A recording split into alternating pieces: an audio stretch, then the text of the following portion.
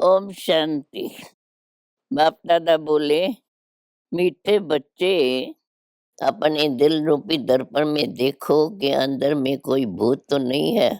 भूतों को निकालने का प्रयत्न करते रहो।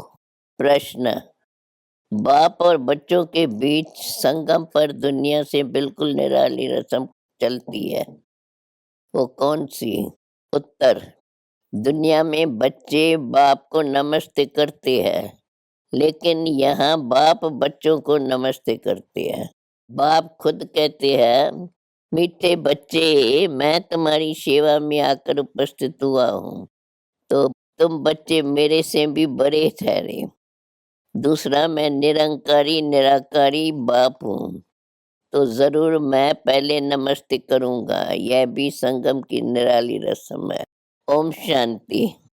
आने से पहले पहले बाप बच्चों से नमस्ते करे या बच्चे बाप को नमस्ते करें? बच्चे बाप को करें? नहीं, पहले बाप को नमस्ते करना पड़े। संगम युग की रस्म रिवाज ही सबसे न्यारी है। बाप खुद कहते हैं, मैं सभी का बाप तुम्हारी सेवा में आकर उपस्थित हुआ हूँ, तो जरूर बच्चे बड़े ठहरे ना। दुनिया में तो बच्चे बाप को नमस्ते करते हैं, यहाँ बाप बच्चों को नमस्ते करते हैं। ये तो सन्यासियों के चरणों में झुकते हैं, चरणों को चूमते हैं, समझते कुछ भी नहीं। बाप तो आते ही है कलप के बाद बच्चों से मिलने। तुम बहुत शकीलदे बच्चे हो, इसलिए कहते हैं, मीठे बच्चे, तुम थक गए हो। द्रौपदी के पांव दबाए तो सर्वंट हुआ ना।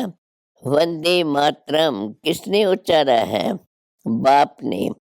बच्चे समझते हैं बाप आया हुआ है सारी सृष्टि की बेहद की सेवा पर। सृष्टि पर कितना किचरा है, ये है नर्क, तो बाप को आना पड़ता है नर्क को स्वर्ग बनाने। बहुत दिल से आते हैं, जानते हैं मुझे बाप की सेवा में आना है। कल्प कल्प सेवा पर उपस्थित हुए है, यहाँ बैठे सभी की सेवा हो जाती है। ऐसे नहीं कि सभी के पास जाना होगा। सारी सृष्टि का कल्याणकारी दाता तो एक है ना। उनकी भेंट में मनुष्य कोई सेवा कर न सके, उनकी है बेहद की सेवा। कीर्तन, जाग सजनिया जाग, कितना अच्छा गीत है। नवयुग पर भी समझाना चाहिए, युग भी भारतवासियों के लिए ही है। भारतवासियों से फिर वह सुनते हैं कि सत्युग त्रेता होकर गए है, क्योंकि वो आते ही है द्वापर में। तो औरों से सुनते हैं कि भारत प्राचीन खंड था, उसमें देवताएं राज भाग करते थे। आदि सनातन देवी देवता धर्म था, जो अभी नहीं है। गीता है देवी देवता धर्म की माई बाप, बाकी सब बाद में आते हैं। तो यह हुआ प्राचीन। सब धर्मों के लिए वास्तव में एक गीता ही है मुख्य, जो सबको माननी चाहिए। परंतु मानते कहाँ है, वे अपने धर्म शास्त्र को ही मानते हैं। यह तो जानते नहीं कि भगवान ने गीता कब उच्चारी। गीता है बाप की उच्चारी हुई, उसमें बाप के बदली बच्चे का नाम डाल मुश्किलात कर दी है। इसलिए सिद्ध नहीं होता कि शिवरात्रि कब मनाएं। शिव जयंती के बाद होती है कृष्ण जयंती। कभी भी श्री कृष्ण यज्ञ नहीं गाया जाता, रुद्र ज्ञान यज्ञ ही गाया जाता है। उनसे ही विनाश ज्वाला प्रज्वलित हुई।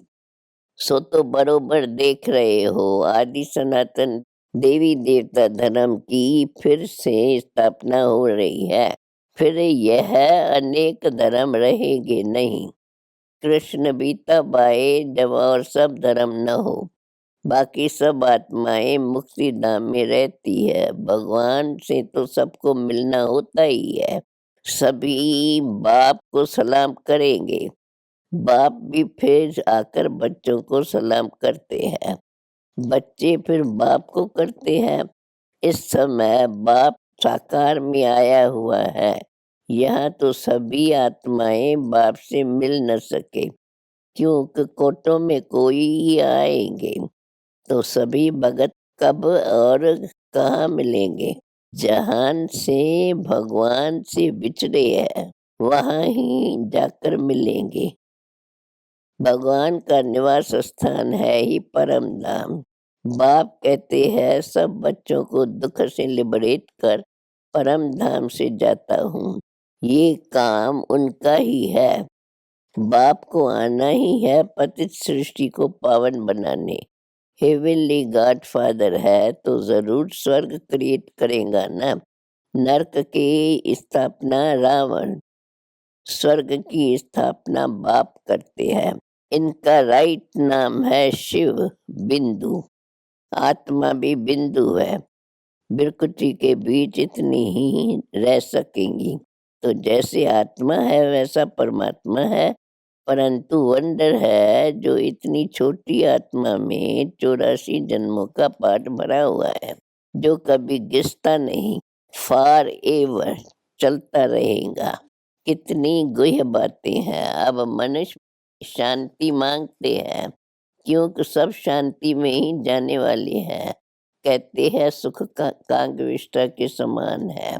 अब गीता में तो है राजयोग से राजाओं का राजा बनना। तो जो सुख को कांगविष्टा समान समझते हैं, उन्हों को राजाई कैसे मिले। ये तो प्रवृत्ति मार्ग की बात है। ग्रस्त व्यवहार में रहते तुमको कमल फूल समान पवित्र रहना है। मैं पहले इस साकार ब्रह्मा को समझाता हूँ। शिव बाबा का यह चैतन्य होम है। पहले पहले यह ब्रह्मा सीखते हैं, फिर उनसे एडाप्टेड चिल्ड्रेन नंबरवार सीख रहे हैं। यह बड़ी गुह्य बातें करते हैं। वो तो यहाँ आते हैं, यादगार भी है। शिव के अनेक मंदिर है। खुद कहते हैं मैं साधारण ब्रह्मा तन में आता हूँ। यह खुद अपने जन्मों को नहीं जानते। इसमें एक की बात नहीं, सभी ब्रह्मा मुख वंशावली बैठे हो। ब्रह्मा मुख के द्वारा तुम ब्रह्म रचे गए हो। तुम ब्राह्मणों को ही समझाते हैं। यज्ञ सदा ब्राह्मणों द्वारा ही चलता है। उन गीता सुनाने वालों के पास ब्राह्मण तो है नहीं, इसलिए यह यज्ञ भी नहीं ठहरा। यह तो बेहद के बाप का रचा हुआ बहुत बड़ा भारी यज्ञ है। कब से देख रहे बड़े बड़े पतीले चढ़ते आए हैं। भंडारा अब तक चलता ही रहता है।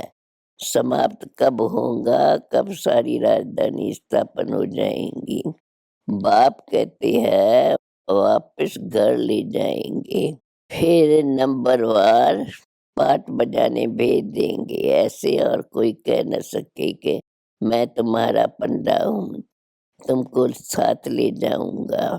पतित मनुष्यों को पावन बना कर ले जाते हैं, फिर अपने अपने धर्म स्थापन करने समय पाठ बजाने आत्मा आना शुरू करती है। अनेक धर्म अभी है, बाकी एक धर्म नहीं है। तो गीता है सभी शास्त्रों में शिरोमणि, क्योंकि उनसे सभी की गति होती है। भारतवासियों में भी ज्ञान वह लेते हैं जो आत्माएं पहले पहले परमात्मा से अलग हुई थी। पहले पहले वो आना शुरू करेंगी नंबरवार, फिर सबको आना है। सतुरजो तमो से तो सबको पास करना है। अब कल्प की आयु पूरी हुई है, सब आत्माएं हाजिर है, बाप भी आ गए हैं। हर एक को अपना पार्ट बजाना है। नाटक में सब एक्टर्स स्टेज पर इकट्ठे तो नहीं आते, अपने टाइम पर आते हैं। बाप ने समझाया है, नंबरवार कैसे आती है, वर्णों का भी राज समझाया है। चोटी तो ब्राह्मणों की है, परंतु ब्राह्मणों को भी रचने वाला कौन? शूद्र तो नहीं रचेंगे। चोटी के ऊपर फिर है ब्राह्मणों का बाप ब्रह्मा, ब्रह्मा का बाप फिर है शिव बाबा। तो तुम हो शिववंशी ब्रह्मा मुखवंशावली, तुम ब्राह्मण सो फिर देवता बनेंगे। वर्णों का हिसाब समझाना है, बच्चों को राय भी दी जाती है। सभी एक जैसे होशियार तो नहीं है। कोई नए के आगे विद्वान पंडित आकर डिबेट करेंगे तो वह समझा नहीं सकेंगे। तो कहना चाहिए मैं तो नहीं हूँ, आप फलाने टाइम पर आना, फिर हमारे से बड़े बहन आपको समझाएंगी। मेरे से तो तीखी है, क्लास में नंबरवार तो होते हैं, इसमें दे अभिमान नहीं आना चाहिए, नहीं तो आबरू चली जाती है। कहेंगे बी के तो पूरा समझा नहीं सकती। देह अभिमान को छोड़ रेफर करना चाहिए। बड़ों की तरफ बाबा भी कहते हैं ना कि हम ऊपर से पूछेंगे, महारथी घोड़ेसवार प्यादे तो है ना, किन्हों के शेर पर सवारी भी है। शेर सबसे तीखा होता है, जंगल में अकेला रहता है और हाथी सदा झुंड में रहता है। अकेला हो तो कोई मार भी डाले। शक्तियों की भी शेर पर सवारी दिखाते हैं। बच्चों को समझाया है, गीता का भगवान कृष्ण कहना रांग है। कृष्ण की शास्त्र को सभी धर्म वाले तो नहीं मानेंगे। प्राचीन देवी देवता धर्म किसने स्थापन किया, वह सिद्ध कर बताना है। उनको गॉड गॉडेस भी कहते हैं। ईश्वर तो अलग है। लक्ष्मी नारायण को भगवान भगवती कहते हैं, वो पालना की निमित्त है। अगर लक्ष्मी नारायण को भगवान भगवती कहते तो विष्णु शंकर को पहले भगवान कहना पड़े। तुम जानते हो भगवान बिगर गीता कोई बोल न सके। भगवान के मुख से गाई हुई गीता है, श्री श्री रुद्र की गीता है। उनको कोई अपना मुख बनाए न सके। गीता सिवाय शिव बाबा के और किसके मुख से आ न सके। गीता माता है, उनकी रचता शिव बाबा है। वो बैठो रली समझाते हैं, वो ज्ञान का सागर है, तो रचता ही रचना की नाले देंगे। इसलिए ऋषि मुनि भी कहते हैं बेअंत है, ईश्वर की गत मत न्यारी जाने। अब ईश्वर की मत सो है श्रीमत, जिससे सदगति मिल जाती है, सो तो ठीक है। गति के साथ सदगति दोनों कहना पड़े, क्योंकि भारत में जब स्वर्ग होता है तब और धर्म वाले गति में होते हैं। यह सब राज बाबा समझाते हैं जो धारण करना है। भक्ति मार्ग वाले कहते हैं वेद शास्त्र सबसे ईश्वर का रास्ता मिलता है, परंतु ऐसे तो है नहीं। ये कोई शिमला की पहाड़ी थोड़ी है जो जहाँ से भी जाओ तो पहुँच जाएंगे। यहाँ तो साजन को सजनियों के पास आना पड़े, सजनियों का श्रृंगार कराना पड़े। स्वर्ग का मालिक बनाने के लिए सब महाराजा महारानी बनने चाहते हैं, परंतु बाबा कहते हैं अपना मुंह तो पहले देखो। नारद के बाद भी अभी की है, उनको लक्ष्मी को वरने की दिल हुई तो उसको कहा पहले अपनी शक्ल तो देखो।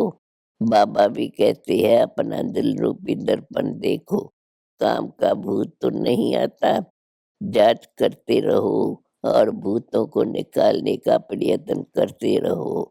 युक्तियां तो बाबा सब बतलाते रहते हैं, मन में संकल्प तो बहुत आएंगे, कर्म में नहीं आना चाहिए। बाबा अच्छे कर्म सिखलाते हैं ना, कर्म अकर्म विक्रम की गति का ज्ञान भी गीता में है और तो कोई नहीं जानते। विक्रम कराने वाले है माया, वह सतयुग में होती नहीं। अब श्रीमत पर चलने से ही तुम स्वर्ग में चल सकते हो। यह किसी मनुष्य की मत नहीं है।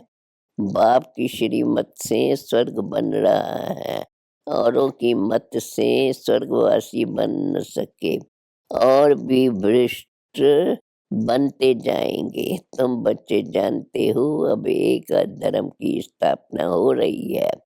तुम योग बल से गुप्त वेश में अपनी किंगडम स्थापन कर रहे हो। हाथ में हथियार तो कुछ है नहीं। ज्ञान के बाण व तीर आधा है, उन्होंने फिर स्थूल में दिखा दिया है। यह है सब गुप्त शक्ति। शक्तियों को की देखो कितनी पूजा होती है। 10-20 भुजाओं वाली तो कोई है नहीं। सबकी 2 भुजाएं होती है। मनुष्य सृष्टि में 8-10 भुजा वाले कोई होते नहीं। सूक्ष्म वतन में विष्णु को 4 भुजा दिखाते हैं। वह भी अर्थ सहित है। बीज को जानने से सारी झाड़ का ज्ञान आ जाता है। अच्छा ज्ञान का खजाना तो बच्चों को मिलता रहता है। फिर मुख मीठा कराने के लिए बच्चों को टोली भी खिलाते हैं। शिव बाबा खुद नहीं खाते, सब बच्चों के लिए ही है। राज भी बच्चों के लिए है। लक्ष्मी नारायण भी जरूर अपने बच्चों को देंगे। सबको तो बांट नहीं देंगे। यह बाप सब बच्चों को देते हैं। वहां प्रजा भी कहेंगी हम स्वर्ग के मालिक है। सुख तो प्रजा को भी है, दुख का नाम भी नहीं है। बाकी नंबरवार तो होते ही है। वहां तो सोना भी अथाह होता है। यहाँ तो सब खानियां खाली हो गई है। गायन भी है, किसकी दबी रही धूल में, किसकी राजा खाए। अच्छा मीठे मीठे सिकिलदे बच्चों पित मात पिता बाप दादा का याद प्यार और नमस्ते। माताओं को वंदे मातरम, बच्चों को याद प्यार और सबको गुड मॉर्निंग। अब रात पूरी होती है, गुड मॉर्निंग आ रहा है, नया युग आ रहा है ब्रह्मा कुमार कुमारियों के लिए। अच्छा ओम शांति। धारणा के लिए मुख्य सार। देह अभिमान को छोड़ अपने से बड़ों को आगे रखना है। कोई डिबेट करता है तो बड़ों तरफ रेफर करना है। आबरू नहीं गंवानी है। दूसरी point, charity begins at home. पूरे परिवार का कल्याण करना है। ग्रस्त व्यवहार में रहते कमल फूल समान पवित्र बनना है। वरदान, देह अहंकार और अभिमान की सूक्ष्म अंश का भी त्याग करने वाले आकारी सो निराकारी है। कईयों का मोटे रूप से देह के आकार में लगा हुआ अभिमान नहीं है, लेकिन देह के संबंध से अपने संस्कार विशेष है, बुद्धि विशेष है, गुण विशेष है, कलाएं विशेष है, कोई विशेष शक्ति है। उसका अभिमान अर्थात अहंकार नशा रूप ये सूक्ष्म देह अभिमान है। तो यह अभिमान कभी भी आकारी फरिश्ता व निराकारी बनने नहीं देगा। इसलिए इसके अंश मात्र का भी त्याग करो तो सहज ही आकारी सो निराकारी बन सकेंगे। स्लोगन, समय पर सहयोगी बनो तो पदम गुना रिटर्न बन जाएंगे। ओम शांति।